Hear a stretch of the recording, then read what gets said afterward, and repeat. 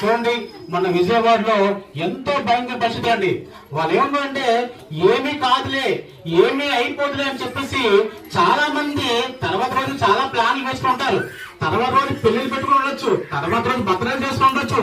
కానీ ఏమైందంటే పరిశుద్ధ గ్రంథంలో బైబిల్ చక్కని మాట చెప్పిందని వీటి కోసం ఏమంటే దశలోని పత్రిక 5వ అధ్యాయం ఏం చెప్పిందంటే లోకులు నెమ్మదిగా ఉంది, ఏమీ లేదు, భయమేమీ లేదు అనుకుంటున్నప్పుడు గర్భిణీ స్త్రీకి ప్రసవం ఎలా వస్తుందో అలాగా విపత్తు వస్తుంది, అలాగా నాశనం వస్తుంది, అలాంటి పరిస్థితులు వస్తాయని బైబిల్ పరిశుద్ధంగా బైబిల్ ఎప్పుడో చెప్పిందండి. ఎందుకంటే ఈ రోజు మనం ఏం చేస్తామంటే ఏమీ కాదులే, ఏమీ రాదులే, ఏమీ అయిపోదులే, చనిపోతే ఏమీ కాదులే అనుకుంటున్నాం.